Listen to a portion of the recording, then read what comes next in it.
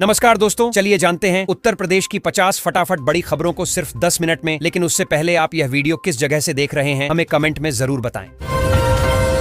सोने की कीमतों में तेजी देखी गई और लखनऊ नोएडा में दरें ऊंची रहीं। व्यापारी मानते हैं कि वैश्विक बाजार के असर से कीमतें बढ़ी हैं। हालांकि शादी सीजन के कारण मांग अभी भी बनी हुई है। किसानों के खातों में मुआवजा राशि भेजने की प्रक्रिया तेज की गई। बताया गया कि 2.5 लाख से अधिक किसानों को सीधे बैंक खाते में पैसा मिला है। प्रशासन का कहना है कि डिजिटल भुगतान से पारदर्शिता बढ़ी है और किसान अब बिना बिचौलियों के समय पर सहायता प्राप्त कर पा रहे हैं। सरकार के विशेष अभियान में उत्तर प्रदेश के कई जिलों में SIR के तहत फॉर्म तेजी से जमा हुए। 3,378 बूथों पर कर्मचारियों ने सत्यापन किया। DM ने खुद निरीक्षण कर अधिकारियों को निर्देश दिए कि कोई पात्र व्यक्ति छूटे नहीं और सभी आवेदन समय पर डिजिटल रिकॉर्ड में अपलोड किए जाएं। रेल यात्रियों की परेशानी उस समय बढ़ गई जब प्रयागराज हमसफर ट्रेन के कोचों में गंदे टॉयलेट, मच्छरों और बिना टिकट यात्रियों की भीड़ दिखी। लोगों ने शिकायत करते हुए कहा कि आरक्षित सीटों पर कब्जे से सफर कठिन हो गया है और रेलवे को त्योहारों से पहले सफाई और सुरक्षा व्यवस्था सुधारनी चाहिए। सरकारी स्कूलों में बच्चों के मूल्यांकन का तरीका बदलने जा रहा है। अब नंबरों की जगह स्टार आधारित होलिस्टिक प्रोग्रेस कार्ड मिलेगा। शिक्षकों को प्रशिक्षण दिया जा रहा है ताकि पढ़ाई के साथ व्यवहार कौशल और भागीदारी भी दर्ज हो सके। शिक्षा विभाग का मानना है इससे बच्चों पर परीक्षा का तनाव कम होगा। मेरठ में मेट्रो और नमो भारत ट्रेन के टाइम टेबल को लेकर यात्रियों में भ्रम था। प्रशासन ने पूरी सूची जारी कर दी है ताकि लोग सफर से पहले सही समय और स्टेशन जान सकें। अधिकारियों का कहना है कि यह व्यवस्था शुरुआती महीनों में बार बार अपडेट होगी ताकि यात्रियों को दिक्कत न हो। गोरखपुर के गीड़ा औद्योगिक क्षेत्र के उद्यमियों ने फ्यूल सरचार्ज बढ़ने पर चिंता जताई। उनका कहना है कि उत्पादन लागत तेजी से बढ़ रही है और छोटे उद्योग प्रभावित होंगे। उद्योग संघ ने सरकार से राहत या सब्सिडी की मांग की है ताकि रोजगार और उत्पादन पर असर न पड़े। लखीमपुर में मुख्यमंत्री जनता बस सेवा फिलहाल सिर्फ 6 रूटों पर सीमित रह गई है। ग्रामीण यात्रियों ने कहा कि कई गांव अभी भी जुड़ नहीं पाए हैं। परिवहन विभाग का कहना है कि मांग और बजट के आधार पर नए रूट जोड़ने पर विचार किया जा रहा है।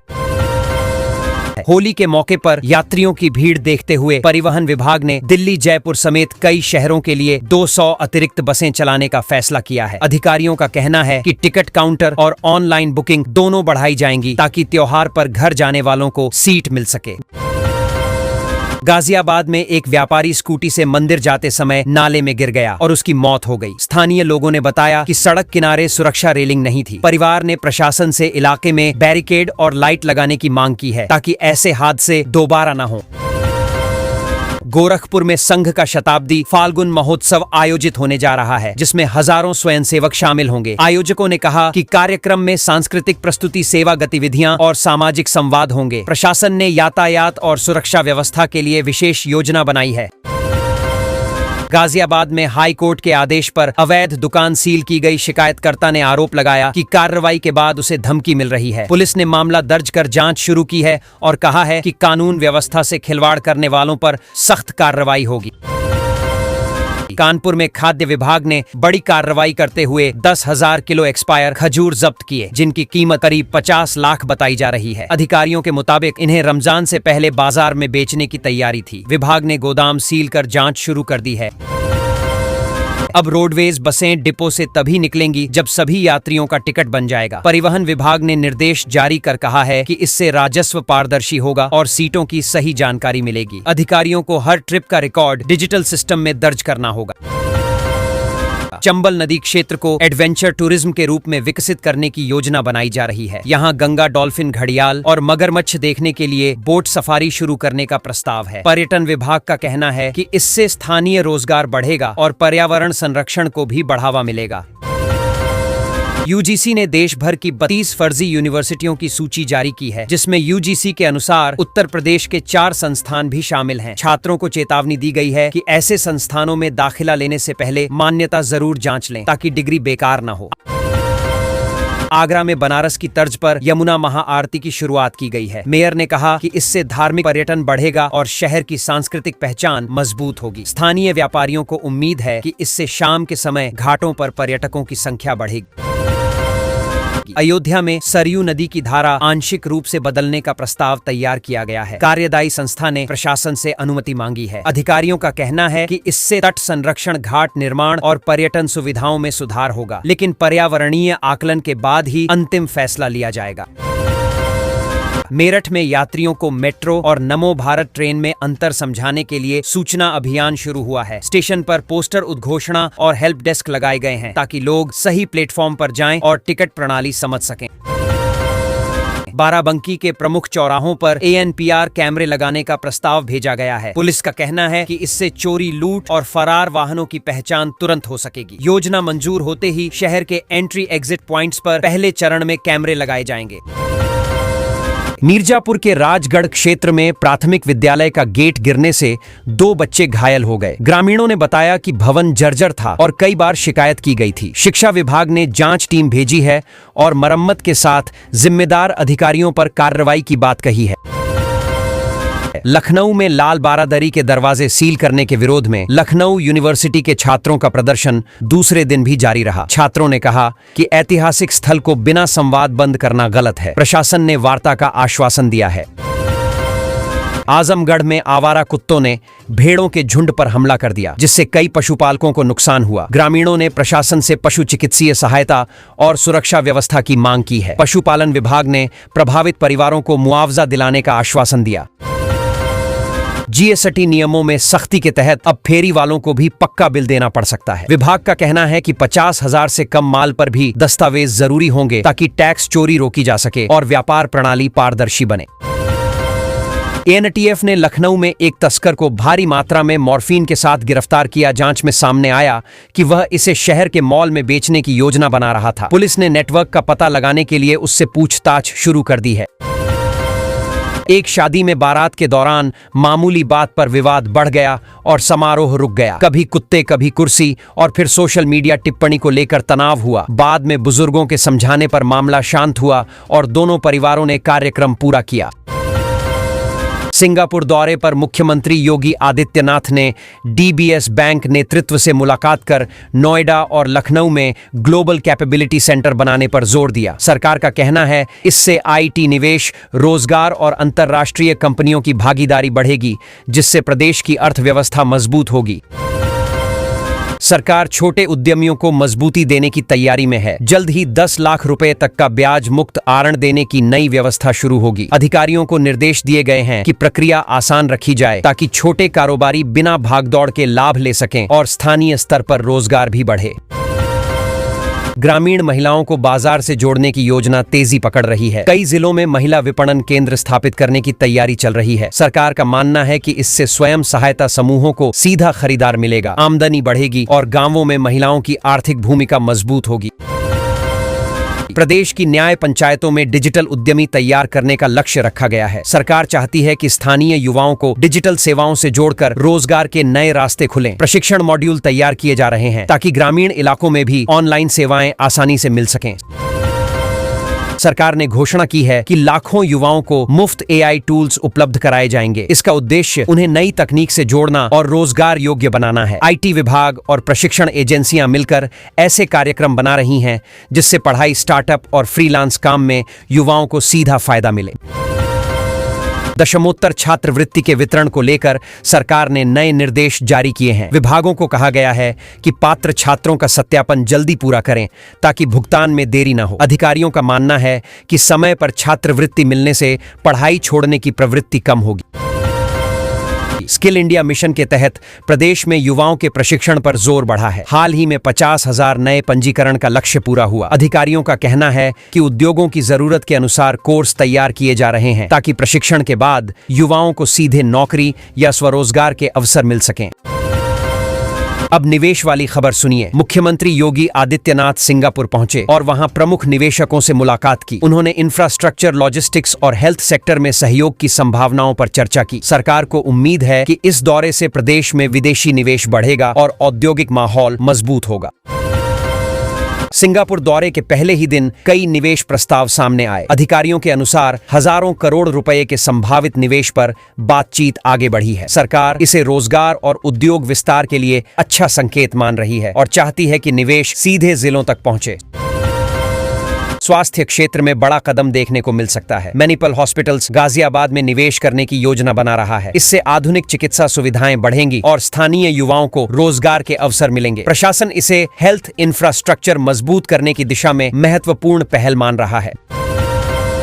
डेटा सेंटर और लॉजिस्टिक्स क्षेत्र में भी रुचि दिख रही है। सिंगापुर की असेंडास जैसी कंपनियां प्रदेश में परियोजनाएं तलाश रही हैं। सरकार चाहती है कि डिजिटल इंफ्रास्ट्रक्चर मजबूत हो ताकि आईटी कंपनियां आसानी से निवेश कर सकें और प्रदेश टेक्नोलॉजी हब के रूप में उभरे।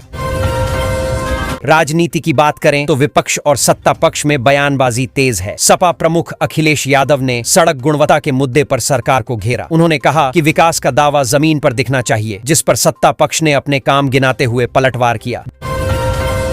डिप्टी सीएम केशव प्रसाद मौर्य ने विपक्ष को जवाब देते हुए कहा कि प्रदेश में तेजी से विकास हो रहा है। उन्होंने कहा कि सरकार सड़क, बिजली और उद्योग में निवेश बढ़ा रही है, इसलिए विपक्ष को आलोचना के बजाय सकारात्मक सहयोग करना चाहिए। 2027 विधानसभा चुनाव को लेकर भाजपा ने रणनीति बनानी शुरू कर दी है। मेरठ की हालिया राजनीतिक गतिविधियों के बाद पार्टी संगठन को मजबूत करने और बूथ स्तर पर कार्यकर्ताओं को सक्रिय करने पर जोर दिया जा रहा है। नेतृत्व इसे भविष्य की तैयारी के तौर पर देख रहा है। विधानसभा में विधायकों ने क्षेत्र विकास निधि बढ़ाने की मांग उठाई। उनका कहना था कि महंगाई बढ़ने से पुराने बजट में विकास कार्य पूरे करना कठिन हो रहा है। सरकार ने आश्वासन दिया कि मांगों पर विचार होगा और संतुलित निर्णय लिया जाएगा। संभल के ऐतिहासिक नेजा मेले को लेकर अदालत में सुनवाई हुई। प्रशासन ने कहा कि परंपरा और सुरक्षा दोनों को ध्यान में रखकर व्यवस्था बनाई जाएगी। स्थानीय लोगों को उम्मीद है कि फैसला आने के बाद आयोजन शांतिपूर्वक हो सकेगा। लखनऊ विश्वविद्यालय में मस्जिद दरवाजे के विवाद के बाद सुरक्षा बढ़ा दी गई। प्रशासन का कहना है कि स्थिति अब नियंत्रण में है और बातचीत से समाधान निकालने की कोशिश हो रही है ताकि परिसर का माहौल सामान्य बना रहे। नोएडा इंटरनेशनल एयरपोर्ट के उद्घाटन की तैयारियां तेज हो गई हैं। अधिकारियों का कहना है कि यह प्रोजेक्ट शुरू होते ही क्षेत्र में व्यापार, पर्यटन और लॉजिस्टिक्स को नया बल मिलेगा और आसपास के जिलों की अर्थव्यवस्था पर सकारात्मक असर पड़ेगा। गंगा एक्सप्रेसवे का निर्माण तेजी से आगे बढ़ रहा है और अधिकांश काम पूरा हो चुका है। सरकार चाहती है कि यह मार्ग बड़े धार्मिक आयोजन से पहले जनता के लिए खोल दिया जाए। इससे पूर्व और पश्चिम उत्तर प्रदेश के बीच यात्रा तेज होगी और व्यापारिक गतिविधियों को भी नई गति मिलने की उम्मीद है। लखनऊ कानपुर एक्सप्रेसवे अंतिम चरण में है। इंजीनियर तकनीकी परीक्षण और सुरक्षा मानकों की जांच कर रहे हैं। यह मार्ग चालू होने पर दोनों शहरों के बीच रोज यात्रा करने वालों का समय बचेगा। प्रशासन इसे औद्योगिक गलियारे के विकास और निवेश आकर्षित करने में सहायक मान रहा है। लखनऊ मेट्रो के विस्तार के लिए बजट में राशि रखी गई है। नई लाइन बनने से शहर के पूर्वी और पश्चिमी हिस्सों के बीच कनेक्टिविटी सुधरेगी। अधिकारी मानते हैं कि इससे ट्रैफिक कम होगा, प्रदूषण घटेगा और लोगों को सार्वजनिक परिवहन का भरोसेमंद विकल्प मिलेगा। जेवर एयरपोर्ट को बड़े ऑपरेशनल हब के रूप में विकसित करने के लिए अतिरिक्त धन जारी किया गया है। सरकार चाहती है कि यह एयरपोर्ट अंतर्राष्ट्रीय माल ढुलाई और यात्री यातायात का प्रमुख केंद्र बने। इससे आसपास उद्योग बसेंगे, रोजगार बढ़ेगा और पश्चिमी उत्तर प्रदेश को नई आर्थिक पहचान मिलेगी। गाजीपुर बलिया एक्सप्रेसवे का काम तेजी से पूरा किया जा रहा है। अधिकारी लक्ष्य रख रहे हैं कि इसे निर्धारित समय तक जनता के लिए खोल दिया जाए। यह मार्ग पूर्वांचल में विकास की नई राह खोलेगा, किसानों को बाजार तक पहुंच आसान करेगा और पर्यटन को भी बढ़ावा देगा। बुंदेलखंड क्षेत्र में पर्यटन को बढ़ाने के लिए नई योजनाओं को मंजूरी दी गई है। सरकार ऐतिहासिक स्थलों, प्राकृतिक क्षेत्रों और धार्मिक पर्यटन सर्किट को विकसित करना चाहती है। अधिकारियों का कहना है कि इससे स्थानीय लोगों को रोजगार मिलेगा और लंबे समय से पिछड़े क्षेत्र में आर्थिक गतिविधि बढ़ेगी। मिर्जापुर में संदिग्ध आर्थिक लेन देन की जांच में प्रवर्तन निदेशालय की कार्रवाई से कारोबारी हलकों में हलचल है। एजेंसी वित्तीय दस्तावेज खंगाल रही है और बैंक खातों की जांच कर रही है। अधिकारियों का कहना है कि मनी लॉन्ड्रिंग के संभावित नेटवर्क की कड़ियां जोड़ने का प्रयास जारी है। कानपुर में अवैध दवाओं की आपूर्ति से जुड़े आरोपियों की संपत्तियां पुलिस ने फ्रीज कर दी। जांच टीम अब वित्तीय लेन देन का पूरा रिकॉर्ड जुटा रही है। स्वास्थ्य विभाग ने चेतावनी दी कि प्रतिबंधित दवाओं का अवैध व्यापार युवाओं के लिए खतरा है और इस पर संयुक्त कार्रवाई जारी रहेगी। यूपी बोर्ड परीक्षाओं को लेकर कई जिलों में केंद्र निर्धारण और सुरक्षा योजना को अंतिम रूप दिया गया। प्रशासन ने संवेदनशील केंद्रों पर अतिरिक्त पुलिस तैनाती का निर्णय लिया। शिक्षा अधिकारियों का कहना है कि नकल रोकने के लिए सीसीटीवी निगरानी और फ्लाइंग स्क्वाड की व्यवस्था भी की जा रही है। SSC MTS परीक्षा की तारीखों पर अपडेट आने से अभ्यर्थियों में तैयारी तेज हो गई। कोचिंग संस्थानों में विशेष कक्षाएं शुरू हो गईं। विशेषज्ञों ने सुझाव दिया कि उम्मीदवार पिछले वर्षों के प्रश्न पत्र हल करें और समय प्रबंधन पर ध्यान दें, क्योंकि प्रतियोगिता इस बार पहले से अधिक रहने का अनुमान है। नमो भारत ट्रेन कॉरिडोर के विस्तार को लेकर नई संचालन रूपरेखा जारी की गई। अधिकारियों का कहना है कि समय सारिणी और स्टेशन सुविधाओं को अंतिम रूप दिया जा रहा है। यात्रियों को उम्मीद है कि तेज रफ्तार कनेक्टिविटी से दिल्ली NCR और पश्चिमी यूपी के बीच आवागमन आसान होगा और औद्योगिक गतिविधियां भी बढ़ेंगी। महोबा में मिड डे मील गुणवत्ता जांच के दौरान कई स्कूलों का निरीक्षण किया गया। अधिकारियों ने साफ सफाई और पोषण मानकों पर जोर दिया। शिक्षा विभाग ने चेतावनी दी कि लापरवाही मिलने पर ठेकेदारों पर कार्रवाई होगी। अभिभावकों ने भी बच्चों के भोजन की गुणवत्ता पर नियमित निगरानी की मांग उठाई।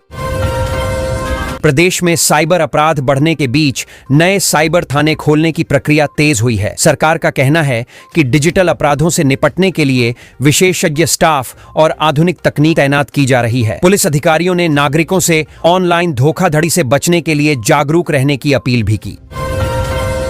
प्रयागराज में आगामी धार्मिक आयोजनों को देखते हुए सड़क चौड़ीकरण और पार्किंग व्यवस्थाओं की समीक्षा हुई। अधिकारियों ने समय सीमा तय कर काम तेज करने को कहा। स्थानीय प्रशासन का मानना है कि बेहतर ढांचा बनने से पर्यटन और व्यापार दोनों को लाभ मिलेगा तथा भीड़ प्रबंधन भी आसान होगा।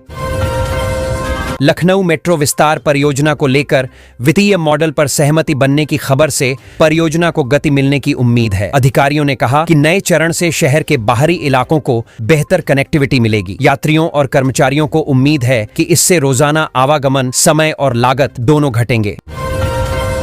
गोरखपुर और आसपास के औद्योगिक क्षेत्रों में निवेश बढ़ाने के लिए विशेष प्रोत्साहन पैकेज घोषित किया गया है। सरकार का दावा है कि इससे नए कारखाने लगेंगे और रोजगार अवसर बढ़ेंगे। उद्योग संगठनों ने बुनियादी ढांचे, बिजली आपूर्ति और लॉजिस्टिक्स सुधार को निवेश आकर्षित करने की कुंजी बताया है। स्मार्ट सिटी मिशन के तहत आगरा और कानपुर में परियोजनाओं को मार्च तक पूरा करने का लक्ष्य रखा गया है। अधिकारियों ने बताया कि यातायात प्रबंधन, जल निकासी और सार्वजनिक स्थान सुधार पर काम तेज है। नागरिकों को उम्मीद है कि इन परियोजनाओं से शहरी सुविधाओं का स्तर सुधर